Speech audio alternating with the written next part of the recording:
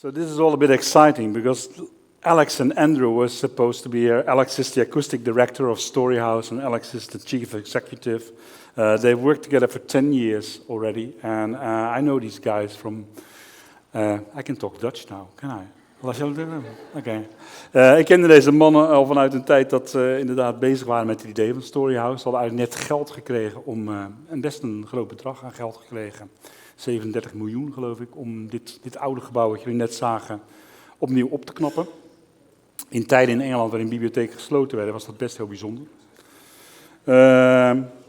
Dat was wel de voorwaarde dat alle partijen mee zouden gaan. Dus en de bibliotheek, en de bioscoop, en het theater. En dat het restaurant eigenlijk de dragende kracht zou zijn vanuit het businessplan om de boel mogelijk te maken. En op het moment dat ze mij belden, was de bibliotheek eigenlijk een beetje eruit gestapt. Die zagen het niet meer zitten. Die zouden dan in dienst komen van een soort Joop van de Ende. Theaterproducenten dachten ze. En dat betekende open zijn tot 11 uur 's avonds. Zondag open, de Union. Al dat soort dingen die meespeelden van, moeten we dit wel durven? We zijn 1 bibliotheek in een netwerk van 25. Het is lastig.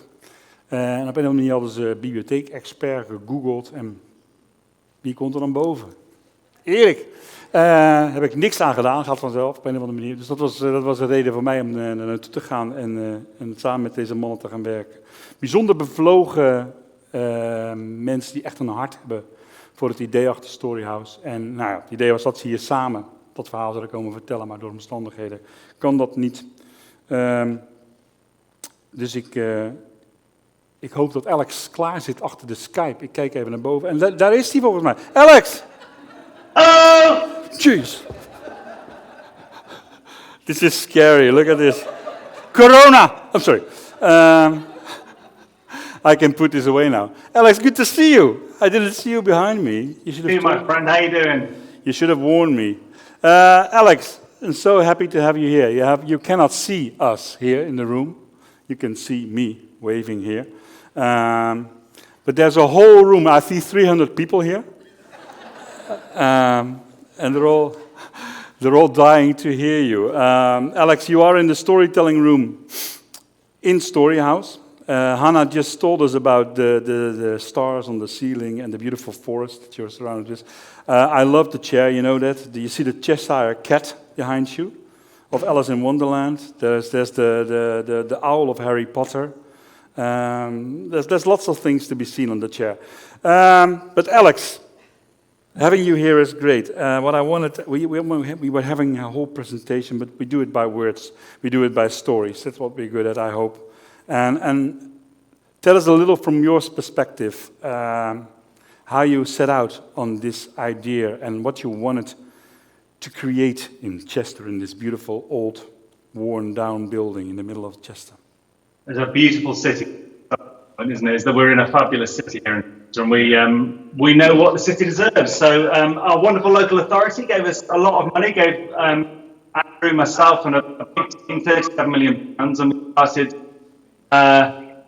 path to creating a centre here in the city would form living room. People of Chester, somewhere to be without necessarily asked to buy. And I suppose that the centre of the idea is and an understanding of culture, thinking of culture as books, plays, and films and things. But is rather taking culture to mean the shared values, the shared beliefs, the shared rituals that bind a community together or define communities in opposition to each other. And we want to create somewhere together and think about cultural identity. Well, Alex, I have to interrupt you a bit because the sound is sometimes dropping. I don't know if we can do much about it. You sound like you're in a virus or something. Sorry. But we hope that it clears up a bit. You talked about shared values. You talked about the city of Chester. I remember from earlier stories you talked about bringing your kids to the library that was already there in Chester, and that in a way you felt that they were always sort of disappointed. You felt a lack of opportunity, and you wanted to create more of an experience for young children, young adults people growing up and being inspired by stories. And a lack of first of all, stop me if the sound is terrible, Eric. What do I do? Do I jump? Do I wave? What do I do? I can hear you beautifully. You Okay. So a lack of opportunity, not because of a lack of will. So the people that were running the library service are the same people that are running our library service today, and they're a brilliant group of individuals, creative, passionate, community practitioners who are desperate simply to be given the resources to bind those communities together. What was lacking was a culture around them that celebrated their creativity, their will. And so we've tried to create a space that can empower those librarians, those library staff members, to work with communities and to curate communities, so that we have a building that is open from 8 a.m. in the morning till 11 p.m. at night and is always full. So right now, just on the other side of the curtain here, we've got a sewing class going on with lots of bottles of red wine, as far as I could tell when I walked past them. On any given day, any given month, at Storyhouse, we'll have 121 different groups using the building for free. And that's all volunteer-led creative activities that has been happening in the city anyway. We've just brought it into our beautiful building and given them the opportunity to access its resources, its technical resources and its human resources alike.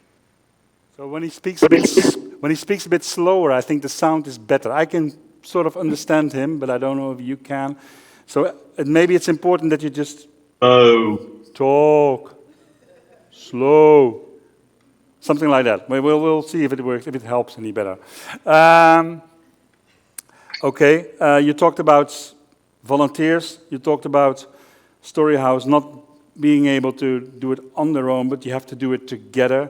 Can you tell us a little bit, how many stakeholders do you have? How many people do program together with you, do make things happen in Storyhouse? And how do you work with all those different groups who want to have a piece or they want to do something on that platform that you created? So we have 16 charity organizations with whom regular relationship. It's sort of mixed up. We do the last bit again. You had 60 organizations that you work with together. More, 116. What? 116. Wait 1 second, Alex. I don't know. What?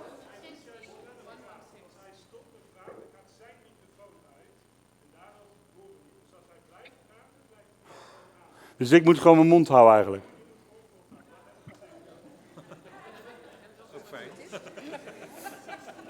Okay, Alex, you didn't hear that. He told me that I should shut up and I should let you talk, because when I talk, the mic sort of interferes with your mic, and it's a bit of a technical story.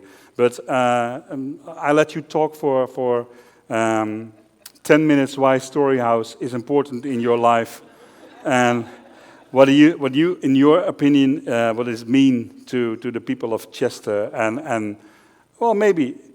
Well, I have to shut up anyway. Maybe a little on what your ideas are for the future. What do you want to take Storyhouse? What do you want to do with the Young Leaders program? What do you want to do with all the... name maybe a few of the partners that you work with. We talked about the BBC program on the kids in hospitals. But what I will do is shut up and give you 10 minutes. And I will sort of wave after 10 minutes. Is that an idea? Because the sound will be better if I shut up. Go. I'm off. So what I was saying was that we work with 116 different partner organisations across the year here at Storyhouse. Those organisations are local charities and groups who work with communities that we would otherwise be unlikely to see in Storyhouse. So that's adults with learning disabilities, homeless 16 to 24-year-olds, children who are extremely vulnerable because of personal circumstances and domestic situations, and so on and so forth.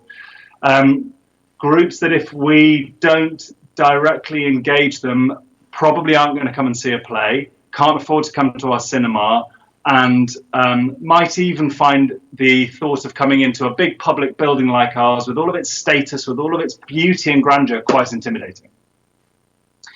So we have signed agreements with each of those organisations. So those are formal written documents that say what we'll do for the partner charities, and they say what they'll do for us. And basically all of them say something fairly similar to each other, which is we'll give you free access to our spaces and to our staff resources if you bring us your communities. And that's the deal. It's the quid pro quo. And then they provide for us hundreds of thousands of pounds worth of programming on our main stage, in our cinema, in all of our spaces, all across our library spaces, all across our meeting rooms. They're filling our building with their activity. And that's absolutely critical to our whole plan, to our whole business plan, is that not only do we have, of course, we have volunteers who work with our professional teams here alongside them to support us in operating the building, like many buildings do. We do that. I suppose the extension that we've brought in is trying to hand over, wherever possible, the programming of the building too, so that it's a building that doesn't reflect my tastes, doesn't reflect the opinions or attitudes of our library teams here, doesn't share their politics, but speaks with all of the messy, diverse voices of Chester. And that means there's lots of contradiction in our programme. You'll get pro-Israeli groups, you'll get pro-Palestinian groups meeting here alike, and it creates some conflict. But it's conflict that's happening in our city anyway, and we're simply becoming a hub for that. Debate, discussion, and also celebration. Chinese New Year took over our building a couple of weekends ago. And that's critical to our model, is community curation, is letting other people program our building. A big target for us, which Eric's referenced already, is particularly young people between the ages of 14 to 25 who've fallen out of education or employment and are perhaps struggling to find a social path for themselves. And so we get a lot of money thanks to a couple of big trusts and foundations here in the UK, about £250,000 a year. So we're very blessed with the resource that underpins this programme. And we use that investment to run our Young Leaders programme here. And the Young Leaders programme brings young people from those most vulnerable backgrounds into our building through partnership working again. So the local government will send, through their children's services teams, young people out to us. Targeted schools in areas of economic deprivation send their children into us, etc., etc. The children and young people are referred into our building, into our organisation, and we work with them to provide them with cultural training. So over the course of either in a fixed 9-month programme, or for the most vulnerable children, they just work with us until we are ready to release them, and I'll define that for you in a moment. We work with those young people by providing them mentoring. So every manager in our organisation has in their contract a stipulation, a requirement that they act as a mentor for one of these young people. And we train our staff members, we provide them with mentor training for the ones that we want to give this opportunity to, and they provide mentoring to young people. So at the moment I'm mentoring a young lad called Luke and a young woman called Gaina, who helped make Elma, the elephant, who you can meet here. We provide them with training, so they get access to our head of sales and marketing, our head of finance, our head of programming, our head of operations, our chef. They'll get training from all sectors of our business to help them see different professional opportunities that are available to them and learn something about those trades. And then they can specialize. So, for example, we have our Young Marketers program, which has about 7 young people on it at the moment. And that's run by our marketing and sales team. And they work with these young people, with a support worker in the room as well, to devise our marketing programs. Not as a nice little background piece of training, but as a really useful money-saving tool for us too. So they help design some of our brochures and images for our season of shows at the moment. They help design that image there. They commissioned it and worked with a design agency. They similarly, same thing, the Young Marketers worked on this image, commissioning and designing it. And the same is true of our young programmers who program our studio theatre for us. The same is true of our young film programmers who program our cinema for about 5 weekends in the year for us. and so on, right through the organisation, through to our Young Readers programme as well, which works out of our library, curating stock and activity in the building. So that right through our organisation, every staff member, every team and department is working with vulnerable young people to give them professional expertise and to get high quality work from them as well. We get sold out events in our cinema every time. Every weekend they program it is sold out. Crazy Japanese film weekend we had last time round, and it's sold out. I could never sell that, but a bunch of young people working through their communities can sell out a weekend of Japanese film, it turns out, and so on, right through the organisation. So we have an Elmer Day, which was conceived by our young readers and led to the design and creation of Elmer here, and about 130 origami elephants that were made by Jolene as well. And through that program, of course, you can hear we win hugely. We get programming, we get marketing, we get operational support in running the building. And those young people have their lives honestly transformed. It's the one area of our business where I can confidently tell you that it not only changes lives, but has identifiably and really saved some lives. There are young people, all these young people are coming to us because they are hugely vulnerable and really struggling in most cases to, in many cases, even to get out of their bedrooms. The young people who at the most extreme have been the victims of suicide attempts and so forth.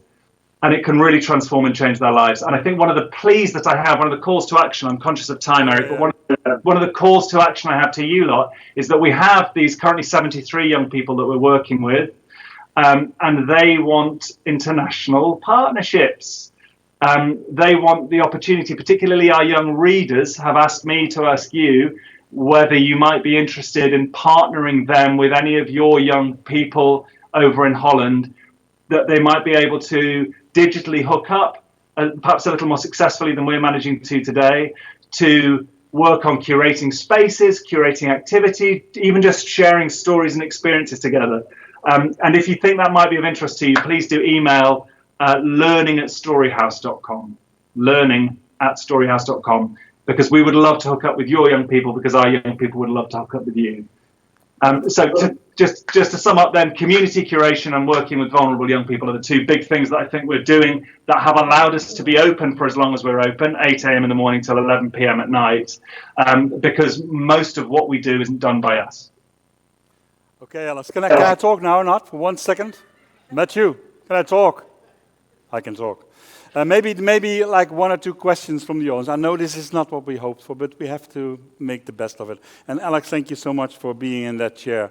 I can ask millions of questions, but I know already a lot. I'm on their board meeting, so I hear a lot. What about you? Do you have any questions for Alex that you want to ask? Storyhouse? Yes, of course, here. Alex, I'm going to forward you a question. Wait a second, you cannot see the man, but he is here. What is the question? Hi, my name is Alex as well. Nice to meet you. Hi, Alex. Hi, we're from a neighboring government, a local government called Lansingerland. Maybe you can look it up. And we're also busy developing a smaller version of a story house, I guess. And I was wondering, what's your background? Why did you start with this? Where are you from? I'm from Chester. Yeah. So the first thing is that. Do you want to do a microphone? We won't go, will we? It's just that maybe the first moments. It will get better. Slowly start flowing. Yes, I was born and bred in Chester. I came here when it was a cinema. My first movie-going experience was coming to watch Indiana Jones and the Temple of Doom here. Like you, probably grew up hiding in Chester Library through most of my teenage years, doing my studies and research and all the rest of it. Then went away, did an English degree at Oxford, went to the National Theatre and worked there as a staff director and then a resident director at English National Opera. So I had a theatre career basically for a best part of 10 years. Came back to Chester and over the course of the last 10 years set up an open-air theatre in the city and used that as a platform for trying to launch and then raise the funds for it first and then worked with the design team and all the rest of it to open Storyhouse. So the biggest challenge, of course, was then for me, never having been involved in the leadership of a library team before, was trying to achieve that integration. But that's a longer story than you probably want to hear. Okay. More questions? Well, Alex, no doubt there will be more questions. I will. Oh, there's one more. Yeah, please, please, please. Hi, my name is Renske, library next door in Westland. You say that you work with about 116 partners. Did I understand that right? And do you have certain criteria that you lay upon your partners, or do you say everyone is welcome? Because you told already about conflicting groups, but do you have criteria? Yeah, around free speech and freedom of assembly. Basically, we're using the principles of democratic meeting spaces, democratic public spaces, to underpin the practice of how we operate this space. So yes, that means it's open to all, but of course then free speech has its own parameters around it, and we operate those around hate speech, around not always being open to anybody. So the stipulations talk about freedom of speech, talk about hate speech, talk about tolerance, and talk about being open to all. That any activity that should happen in Storyhouse has to be free, so can't be paid for. If we're giving the space to you for free, you have to let other people use it. It has to be a free activity, and it has to also then be open for anybody to come to. And of course, there have been pinch points, but mostly that's done the job for us. Did you get that? Yes. Last question? One more?